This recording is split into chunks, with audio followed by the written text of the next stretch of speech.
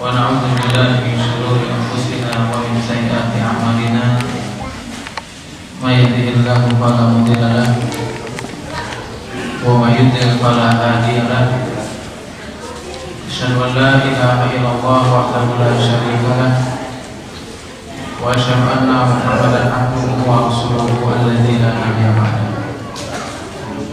قال الله تعالى في كتابه الكريم يا أيها الذين آمنوا اتقوا الله حق تقاته ولا تموتن إلا وأنتم مسلمون. يا أيها الناس اتقوا ربكم الذي خلقكم من نفس واحدة وخلق منها زوجها وبث منهما رجالا كثيرا ونساء واتقوا الله الذي تساءلون به والأرحام إن الله كان عليكم رقيبا. يا أيها الذين آمنوا اتقوا الله وقولوا قولا سديدا يصلح لكم أعمالكم ويغفر لكم ذنوبكم ومن يطع الله ورسوله فقد فاز فوزا عظيما. أما بعد. Alhamdulillah, segala puji hanya milik Allah Subhanahu wa taala. Kita memohon dan berlindung kepadanya, bahwasanya kita bersaksi tidak ada Tuhan yang berhak disembah kecuali Allah Subhanahu wa taala. Salawat dan salam tidak lupa senantiasa kita curahkan kepada Nabi kita Nabi Muhammad sallallahu alaihi wasallam beserta keluarganya, sahabatnya, tabi'in, tabi'ut tabi'in, dan kepada para pengikutnya yang senantiasa istiqomah berpegang teguh di atas sunnahnya Nabi Muhammad sallallahu alaihi wasallam hingga akhir zaman. Dan kita bersaksi bahwasanya Muhammad adalah seorang nabi dan utusan Allah Subhanahu wa taala. Alhamdulillah, pada kesempatan ini di malam yang dingin ini ya, saya bisa berkunjung di tempat ini ya.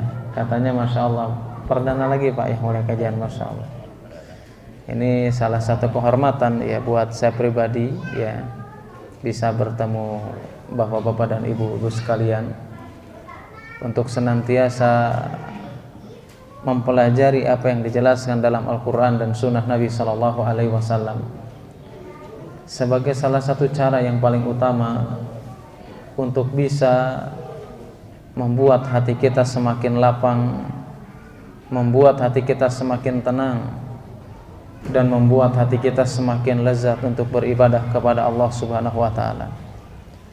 Tidak ada cara yang lainnya yang bisa mendatangkan kebahagiaan bagi hati kita masing-masing, yaitu adalah ketika kita bisa hadir di majelis ilmu. Ya, mungkin hadisnya sering kita dengar ya, bahwasanya Nabi sallallahu alaihi wasallam menjelaskan apabila ya suatu kaum berkumpul di rumah dari rumah Allah Subhanahu wa taala, yatadarasunahu bainahum, yatluna kitaballah wa yatadarasuna bainahum. Ketika berkumpul mereka saling mengkaji, saling mempelajari Al-Quran, saling mengingatkan apa yang dijelaskan dalam Al-Quran dan Sunnah Nabi Sallallahu Alaihi Wasallam, illa nazalat alaihimus sakinah. Kecuali kata Nabi Sallallahu Alaihi Wasallam akan menurunkan kepada kita apa? Ketenangan serta kebahagiaan yang hakiki yang akan kita rasakan baik di dunia ataupun di akhirat kelak ketika kita bertemu di hadapan Allah Subhanahu Wa Taala. Sebuah tema ya tentang pengorbanan seseorang, dia siap untuk meninggalkan atau ditinggalkan orang yang dicintai. Kapan kita bisa sampai ke derajat seperti itu? Kapan kita bisa ridho meninggalkan atau ditinggalkan orang-orang yang kita cintai? Ini tidak akan muncul pada diri seseorang kecuali memiliki akidah yang kuat, kecuali memiliki keimanan yang kokoh dalam hatinya, ketauhidan yang kokoh, akidah yang benar yang dijelaskan dalam Al-Quran dan Sunnah Nabi Sallallahu Alaihi Wasallam berdasarkan pemahaman para salafus saleh. Dan ini diantaranya yang bisa menjadikan kita siap untuk meninggalkan orang yang kita cintai atau kita ditinggalkan. Dan apakah mungkin ya akidah yang kuat ini, akidah yang kokoh ini mungkin gak tanpa kita hadir di majelis? Enggak mungkin ada. Bukankah Allah Subhanahu wa taala menjelaskan kepada kita dalam surat Muhammad ayat 27 Yusabitullahu alladziina aamanu bil qauli tsabit fil hayatid dunya. Dalam surat Ibrahim ayat 27 Allah Subhanahu wa taala menegaskan kepada kita, Allah akan mengokohkan ucapan kita, mengokohkan keyakinan kita, mengokohkan akidah kita, sehingga kita siap untuk meninggalkan orang yang kita cintai, dan kita siap untuk ditinggalkan orang yang dicintai. Kapan itu? Kapan Allah akan mengokohkannya itu? Ketika kita betul-betul mengaplikasikan tentang makna kalimat la ilaha illallah. Kita tahu kisah para sahabat terdahulu, para nabi terdahulu, ya, bahkan mungkin kita sering mendengar diantaranya kisahnya Ummu Salamah. Ya, Ummu Salamah itu suaminya siapa, Pak? Hah? Abu Salamah lah, ya. Anaknya berarti Salamah, ya. Di antara kisahnya yang terkenal dari kisah Ummu Salamah itu, inilah di antara orang yang memiliki keimanan yang kuat, akidah yang kokoh.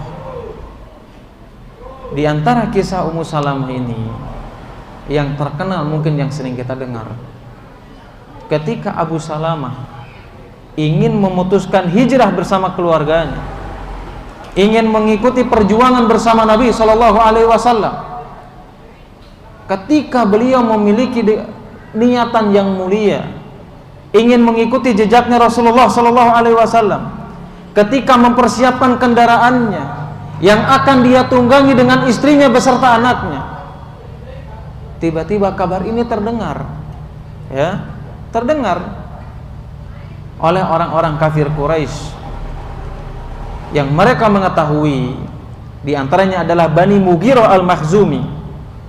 Mereka tahu nih dengan niat Abu Salamah dengan istrinya dan anaknya itu akan pergi meninggalkan kampung halaman. Ketika mereka mengetahui, Bani Mughirah ini nanya nih sama Abu Salamah ini, ya kalau bahasa kita ya kurang lebihnya ya, dari Bani Mughirah ini mengatakan, urusan masalah kamu itu ya urusan kamu itu sendiri. Ini ngomong kepada siapa? Kepada Abu Salamah. Tetapi urusan engkau membawa wanita kami itu adalah urusan kami. Artinya apa? Membawa siapa? Membawa Ummu Salamah. Akhirnya apa? Akhirnya Bani Mughirah ini mencegah Abu Salamah membawa Ummu Salamah untuk hijrah bersamanya untuk mengikuti jejaknya Rasulullah SAW. Bahkan berita ini terdengar juga oleh kabilah yang lainnya. Di antaranya adalah Bani bin Abdul Asad.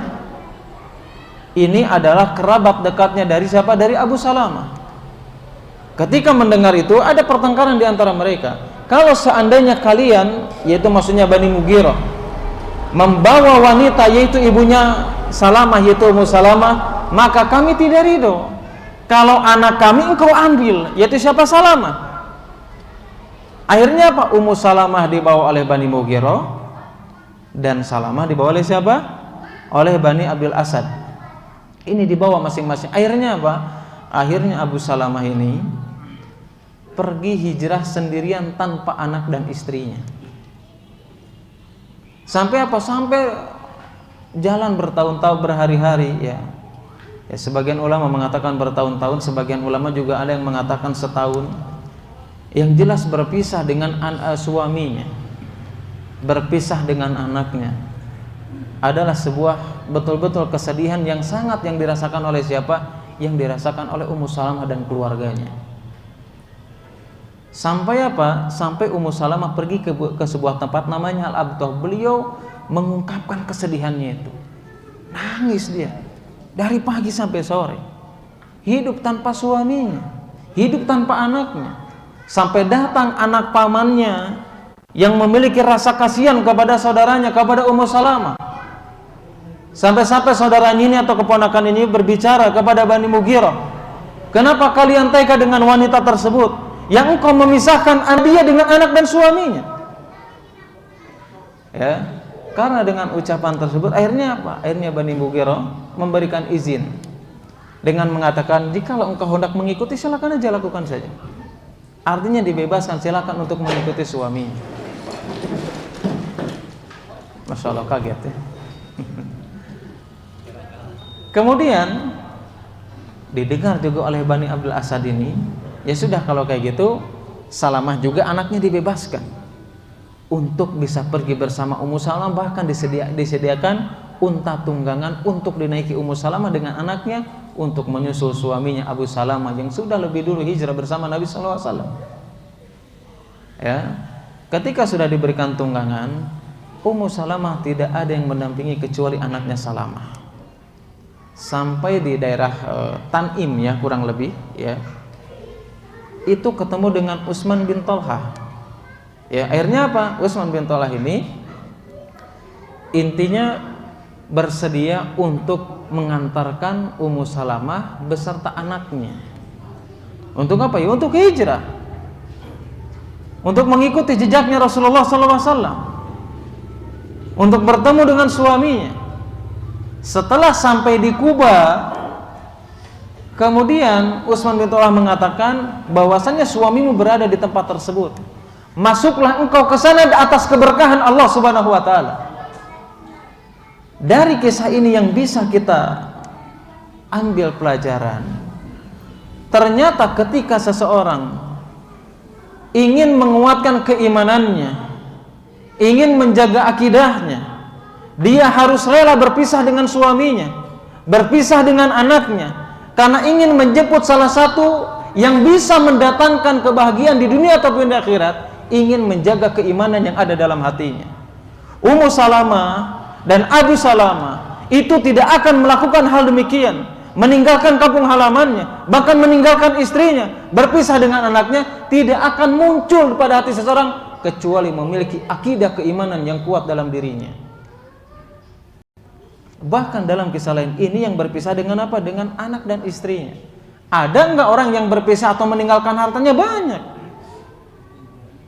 Syuhaib misalkan radhiyallahu taala anhu, ketika dia hendak hijrah dikatai oleh orang-orang kafir Quraisy. Sampai orang kafir Quraisy mengatakan, ya kalau bahasa kita enak banget, ente datang ke kampung kita ini, kata orang kafir Quraisy, ente datang dalam keadaan miskin. Sekarang ente mau pergi dengan harta yang engkau bawa. Apa yang dikatakan Syuhaib? Kalau seandainya, bagaimana pendapatmu aku akan memberikan hartaku kepada kalian seluruhnya? Apakah engkau mengizinkan aku untuk pergi berhijrah, untuk menemui Rasulullah SAW? Akhirnya apa? Orang Quraisy sepakatnya sudah, meskipun dalam riwayat lain mengatakan bukan seluruhnya, ya sebagian beberapa on saja. Tetapi apa? Tetapi Nabi SAW mengatakan keberuntungan untuk Syuhaib. Kenapa Syuhaib ini beruntung? Dia mau berkorban untuk menjaga akidahnya, untuk menjaga keimanan yang ada dalam hatinya. Dia mengorbankan hartanya, dia mengorbankan sesuatu yang dia kumpulkan, yang dia cintai, yang selama dia harapkan. Untuk apa? Untuk menjaga keimanan yang ada dalam hatinya. Kemudian apa? Ketika Nabi SAW sudah mengatakan, beruntunglah untuk Syuhaib ini. Ya, meskipun hartanya hilang, tapi dia mendapatkan keberuntungan yang lebih. Allah menggantinya sesuatu yang lebih berharga daripada hartanya. Dia bisa berhijrah, biasa mengikuti jejaknya Nabi kita Nabi SAW. Ketika itu Nabi SAW membacakan sebuah ayat dalam surat Al-Baqarah, ya, ayat 207. Di situ dijelaskan, wa minan nasi man yusra nafsahu ibtigha'a mardatillah.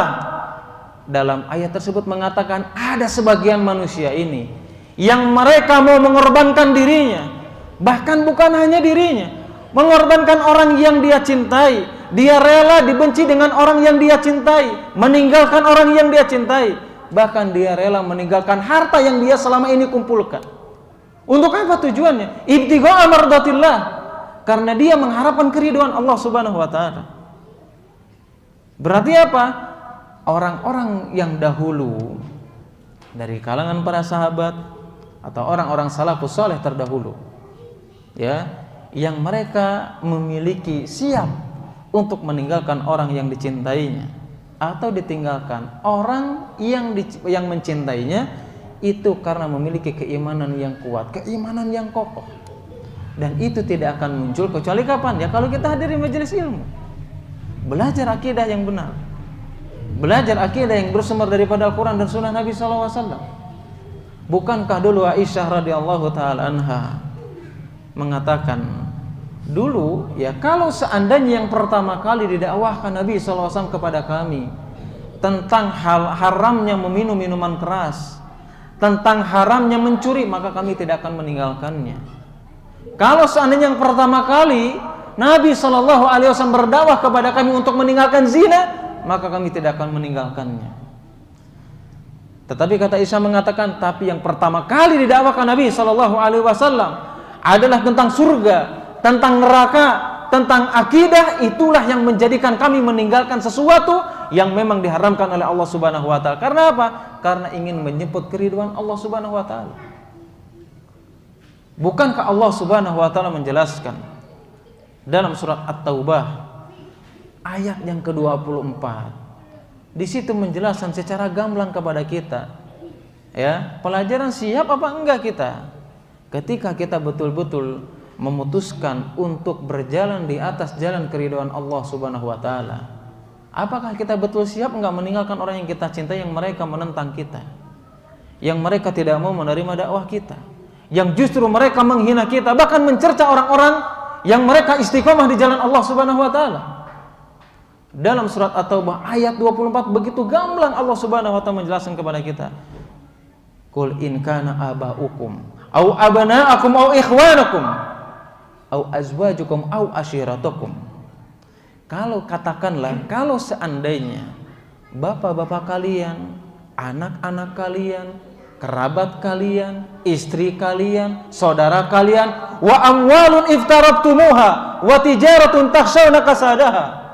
Kalau seandainya keluarga kalian, istri, anak, saudara kalian, harta yang selama ini kalian kumpulkan, atau perdagangan yang selama ini kalian itu khawatir dengan kerugiannya, atau rumah yang selama ini kalian idam-idamkan, yang semua itu menghalangi apa? Atau yang semua itu apa? Ahabba ilaikum minallah wa rasulih wa jihad fi sabilih. Kalau seandainya semua itu menghalangi engkau untuk berjihad di jalan Allah, untuk engkau bisa berjalan di atas sunnahnya Nabi SAW, dan engkau lebih mencintai itu daripada engkau harus berjalan di atas sunnahnya Nabi SAW, fatarabbasu hatta ya'ti Allah bi amri. Maka apa? Tunggulah Allah akan memberikan keputusan atas apa yang kalian lakukan. Kalau apa? Kalau kita tidak memiliki jiwa mau berkorban meninggalkan orang yang kita cintai, atau tidak siap ketika orang yang mencintai meninggalkan kita, ketika kita memutuskan untuk berjuang di jalan Allah, menjalankan syariat Allah Subhanahu wa taala, menjalankan agamanya Allah Subhanahu wa taala, istiqomah di jalan Allah Subhanahu wa taala, apa yang kita khawatirkan? Bahkan Allah Subhanahu wa taala menjelaskan kepada kita di antara firman yang jelas untuk mengokohkan kita masing-masing. Dalam surat Fussilat ayat 30, di situ Allah Subhanahu wa taala menegaskan kepada kita, orang yang betul-betul ya rela dia ketika dia memutuskan untuk hijrah, ketika dia memutuskan untuk kembali ke jalan Allah Subhanahu wa taala. Karena apa? Kita melakukan atau mengerjakan ketaatan itu, ya itu cita-cita kita semuanya. Cita-cita semuanya itu kita bisa istiqomah di jalan Allah. Enggak ada yang enggak punya cita-cita itu. Makanya kita setiap sholat sehari berapa? 17 kali apa 20 kali, Pak? Sholat sehari? Hah? 17 kali apa 20 kali? Atau misalkan 21 kali? Sehari sholat nih berapa kali kita? Hah? 20 kali aja ya? Sama sholat sunnahnya maksudnya. Di situ kita senantiasa berdoa apa? Ihdinas siratal mustaqim. Kita senantiasa memohon kepada Allah agar kita senantiasa diistiqomahkan di jalan yang lurus, di jalan yang diridhoi oleh Allah Subhanahu wa taala. Kenapa kita memohon? Karena kita mengharapkan kita bisa istiqomah di jalan Allah Subhanahu wa taala. Berarti apa? Berarti ini semuanya adalah cita-cita orang-orang yang memiliki keimanan kepada Allah. Tetapi cita-cita ini bukan sesuatu yang mudah. Ya, bukan sesuatu yang mudah.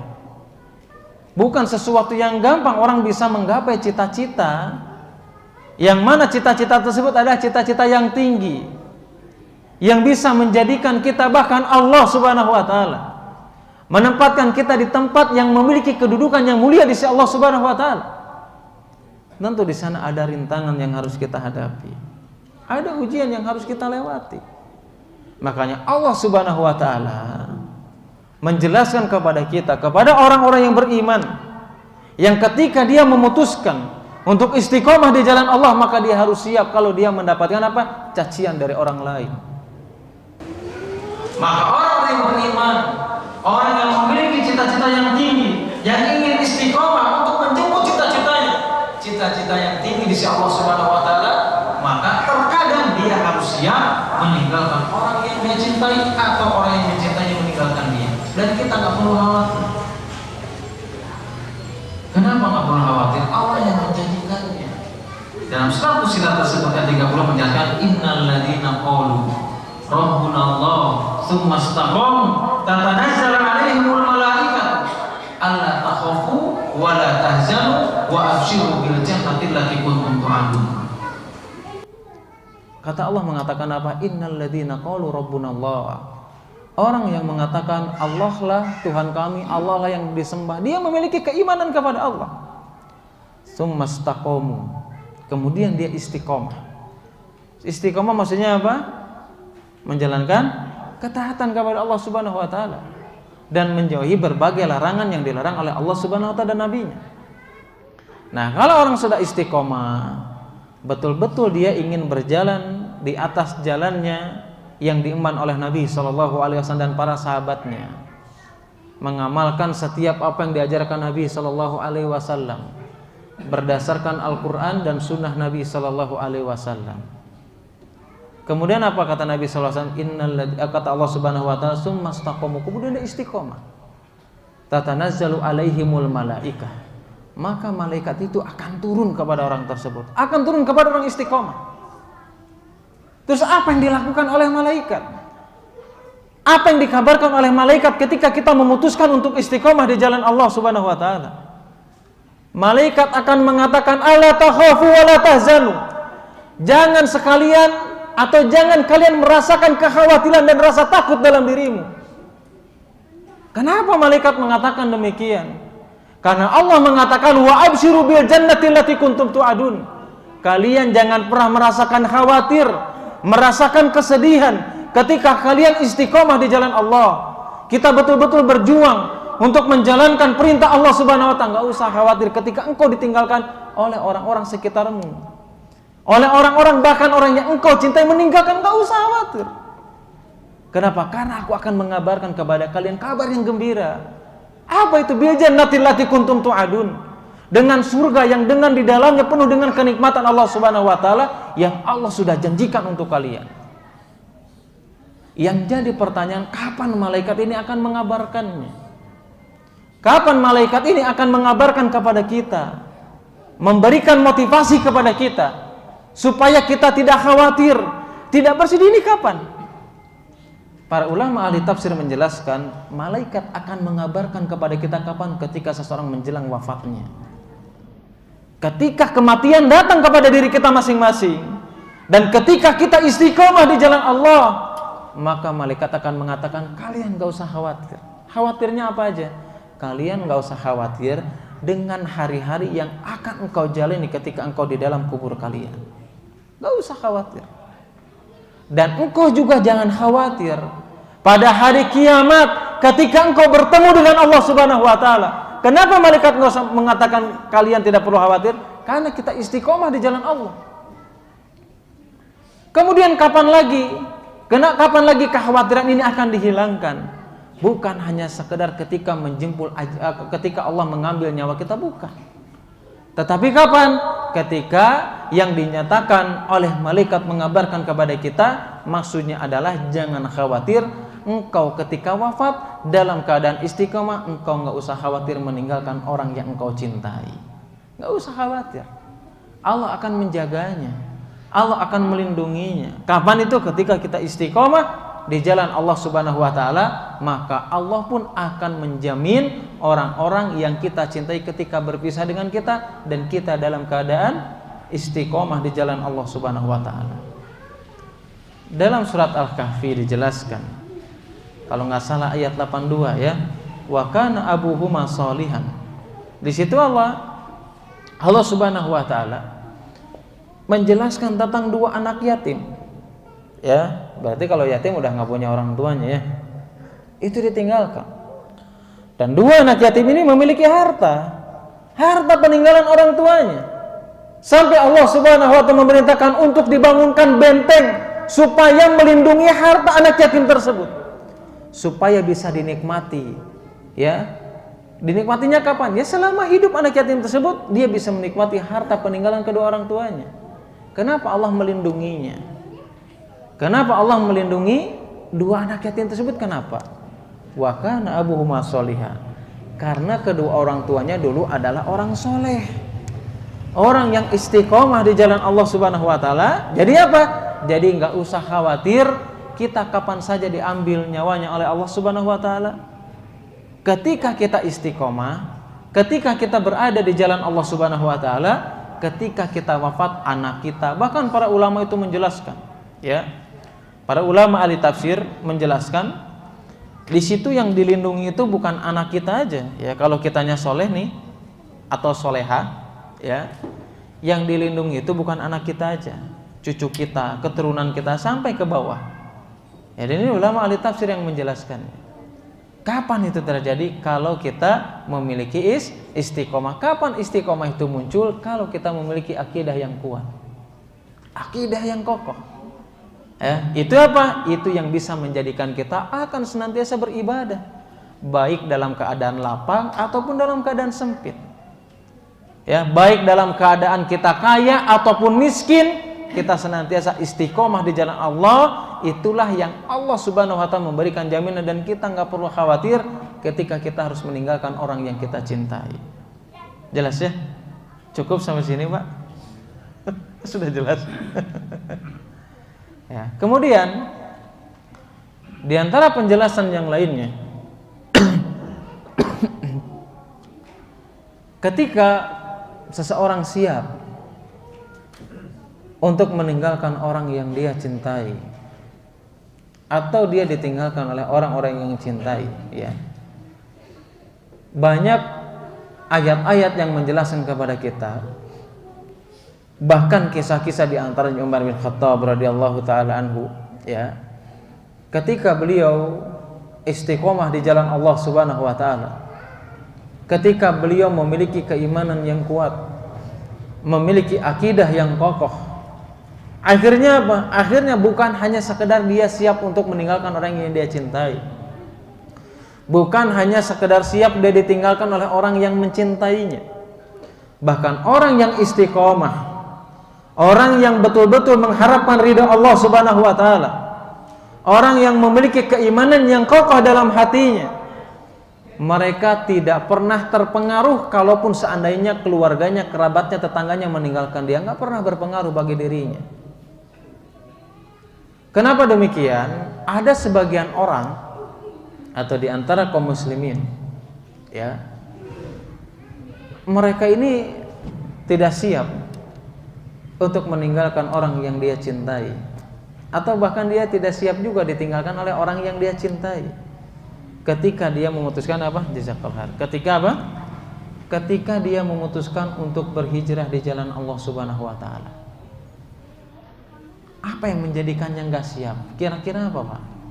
Ya, ada orang yang nggak siap nih. Pas mau hijrah misalkan, tiba-tiba jadi nggak berani lagi. Pas tiba-tiba hijrah, aduh, kalau saya hijrah nih nanti ninggalin apa, Pak? Ya ninggalkan apa yang kita cintai, mu istri, suami, harta dan yang lainnya.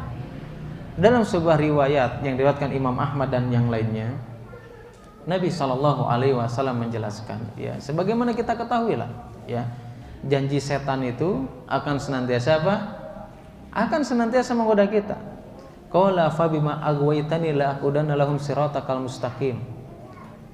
Kata setan mengatakan apa? Pokoknya sampai kapanpun, karena engkau telah menghukumi aku sesat. Kepada Allah SWT mengatakan demikian. Maka apa? La aqudanna lahum siratakal mustaqim. Maka aku sampai kapanpun akan menggelincirkan manusia dari jalan yang lurus, dari jalan yang diridhai oleh Allah Subhanahu wa taala. Nah, di antara waswas syaitan yang dijelaskan Nabi SAW, diriwayatkan Imam Ahmad dan yang lainnya, itu kata Nabi SAW menjelaskan apa? Bahwa setan ini akan senantiasa ada dalam setiap sisi kita untuk mencegah dari berbagai peluang kita untuk melakukan kebaikan. Salah satunya apa? Kata Nabi SAW menjelaskan, salah satunya setan ini akan berada di jalan Islam. Ya, yang pertama di jalan Islam. Ketika dia berada di jalan Islam, ini setan ini langsung membisikkan, kenapa engkau memutuskan menjadi seorang muslim? Kenapa engkau memutuskan menjadi seorang Islam? Berarti kamu meninggalkan ajaran nenek moyangmu. Dan ketika orang tersebut diwaswasi setan seperti itu, dia nggak peduli. Dia tetap istiqomah dengan keislamannya. Kemudian yang kedua, godaan yang kedua kata Nabi SAW, setan ini berada di mana? Berada di jalan jihad. Apa yang dikabarkan setan ini? Setan ini langsung mengabarkan, kenapa kamu jihad? Jihad itu luas, yang menuntut ilmu juga jihad, Pak. Ya, menuntut ilmu, kita hadir di tempat ini adalah di antara jihad yang paling utama, Pak. Ya, jadi jangan ini dulu ya, makna jihad itu luas. Menuntut ilmu adalah bagian daripada jihad yang paling utama yang dijelaskan Syekh Utsaimin rahimahullahu taala. Bukan hanya sekedar perang, Pak. Menuntut ilmu itu jihad. Jadi kalau bapak-bapak ikhlas nih menuntut ilmu, pulang, kemudian diambil nyawanya oleh Allah Subhanahu wa taala, mudah-mudahan kita tercatat menjadi orang yang syahid karena kita sudah melakukan jihad, menuntut ilmu. Ya. Nah, di antara waswas setan ini kemudian mengatakan, kenapa kamu mau jihad? Kalau kamu jihad, ya, kalau kamu jihad yang kata setan ini, nanti kalau kamu mati, istrimu itu dinikahin sama orang lain. Kalau kamu jihad, nanti hartamu yang kamu tinggalkan itu akan dibagi-bagi. Tetapi orang yang tidak menghiraukan, yang memiliki keimanan yang kuat, yang memiliki keimanan yang kokoh dalam hatinya, dia tidak menghiraukan apa yang dibisikkan setan pada dirinya.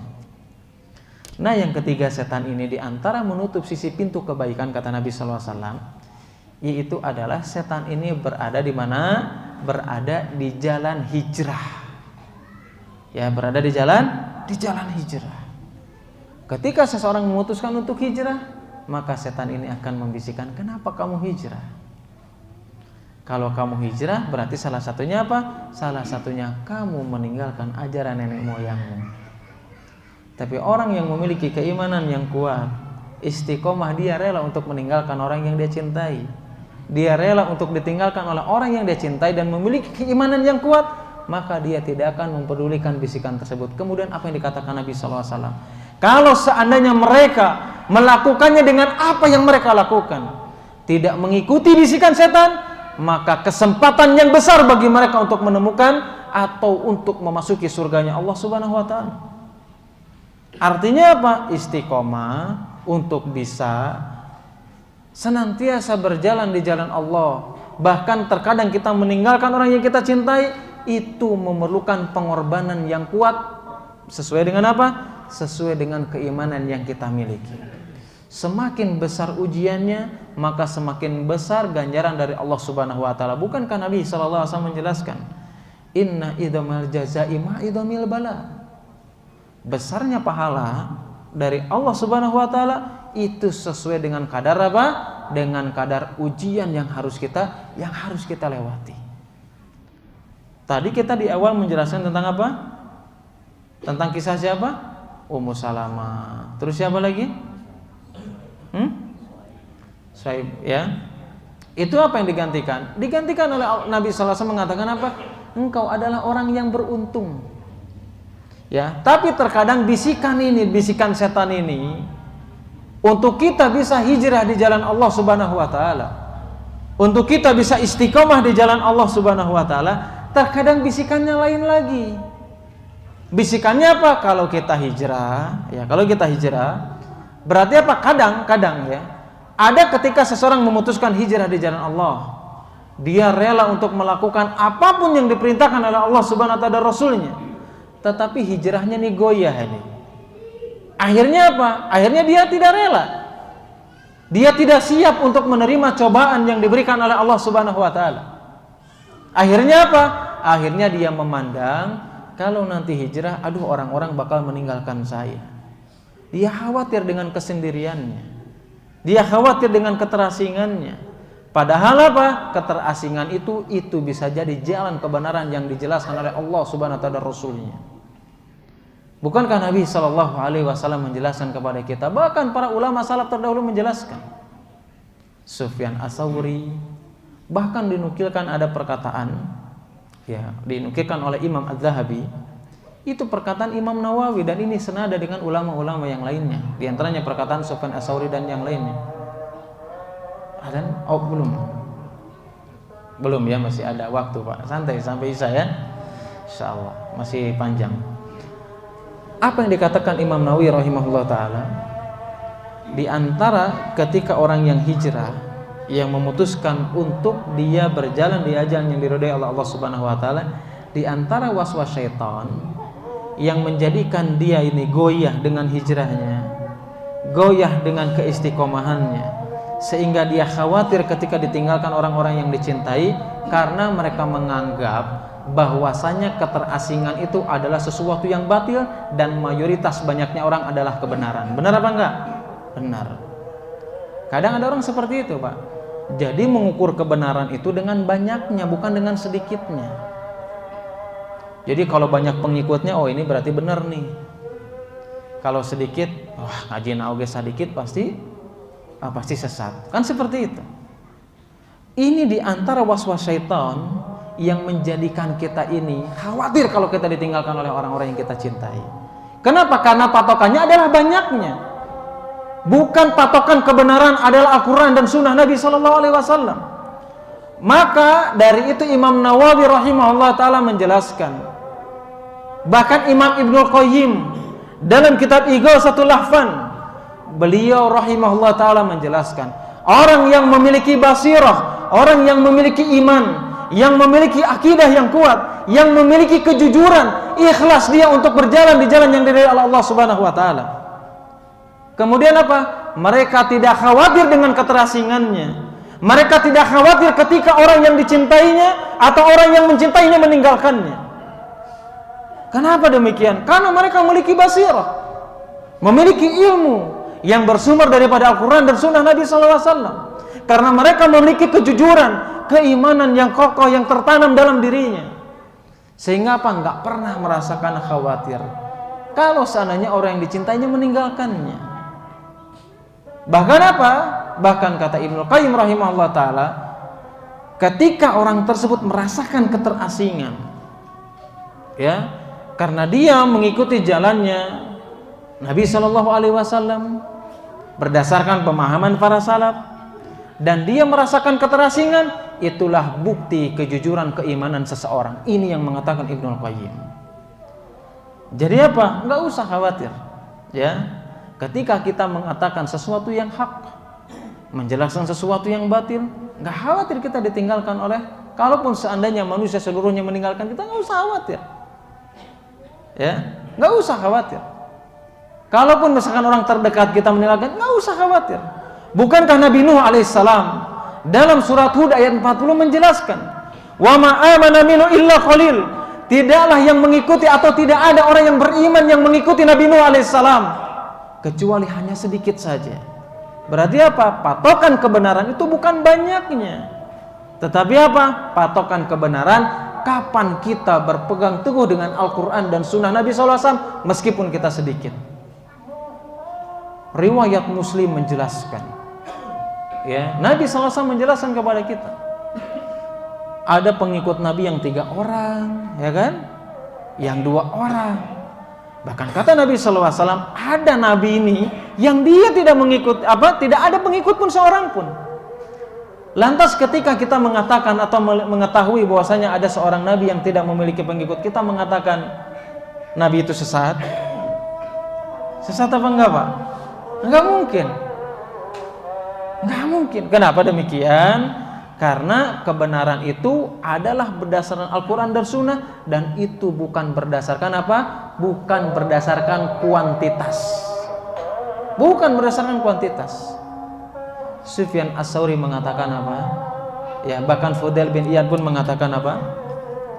Kalian itu jangan pernah merasakan kekhawatiran ketika engkau berpegang teguh di atas hak meskipun pengikutnya sedikit.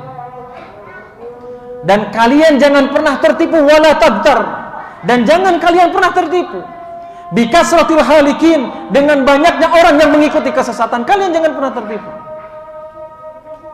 Kenapa demikian? Bahkan Syekhul Islam Ibnu Taimiyah rahimahullahu taala menjelaskan dalam kitab Majmu' al-Fatawa, kitab yang terkenal beliau, yaitu Majmu' al-Fatawa. Beliau menjelaskan, wajar kalau kita berada di jalan kebenaran itu pasti musuhnya banyak, Pak. Pasti musuhnya banyak. Dan itu sudah sunatullah. Makanya Syekhul Islam mengatakan apa? Di antara sunatullah atau sesuatu yang memang akan terjadi ketika Allah Subhanahu wa taala ingin menunjukkan tentang haknya agama Allah Subhanahu wa taala, ingin menunjukkan tentang kebenaran agama Allah Subhanahu wa taala, maka Allah Subhanahu wa taala akan menciptakan musuhnya. Ini siapa? Syekhul Islam yang mengatakannya. Ketika kita memutuskan istiqomah, hijrah, kembali ke jalan Allah, pasti musuhnya akan banyak dan pasti dia akan memiliki musuh. Kenapa kata Syekhul Islam? Karena ini sudah sunatullah dan Allah akan menciptakan musuh tersebut. Kenapa Allah menciptakan musuh? Karena Allah ini ingin menunjukkan tentang benarnya agama yang dibawa oleh Nabi SAW. Kemudian Allah Subhanahu wa taala akan memenangkan kebenaran di atas kebatilan. Bahkan ya, di antaranya muridnya Syekhul Islam Ibnu Taimiyah rahimahullahu taala. Siapa muridnya, Pak? Sambil minum dulu saya. Siapa muridnya Syekhul Islam? Hah? Ibnul Qayyim, masyaallah. Bismillah.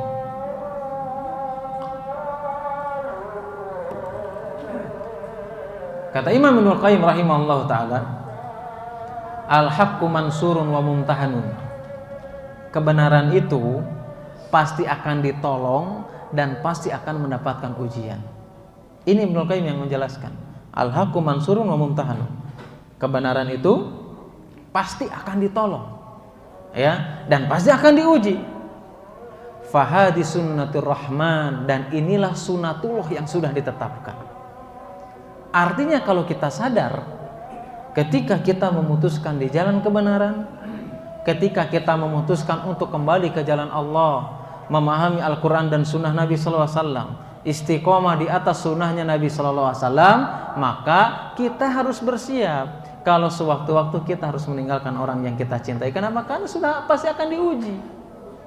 Dan kita juga harus siap. Berarti kalau kita tidak meninggalkan, berarti kita yang ditinggalkan.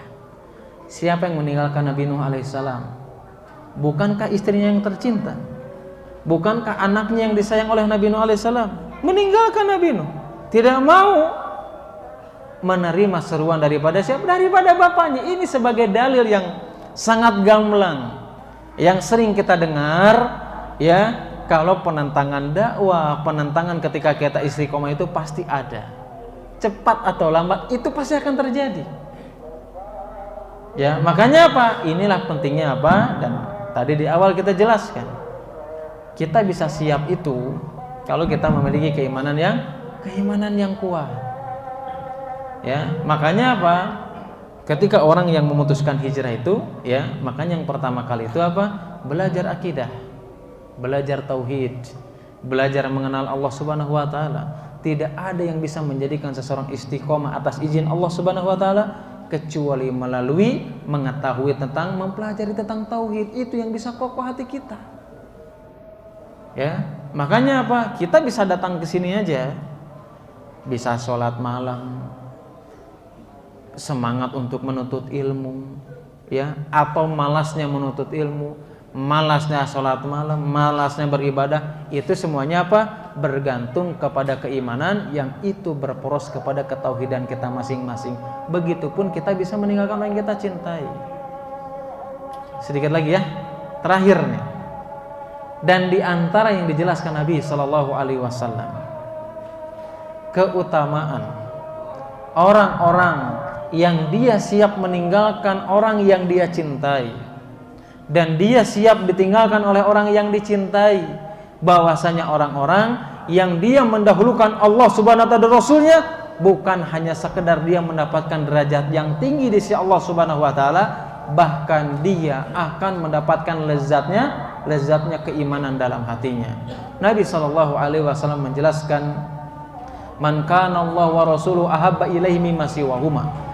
Barang siapa yang dia lebih mencintai Allah dan Rasulnya, lebih mencintai Allah dan Rasulnya daripada yang lainnya, daripada keluarganya, daripada hartanya, daripada orang-orang yang dicintai, dan dia lebih memilih Allah dan Rasulnya.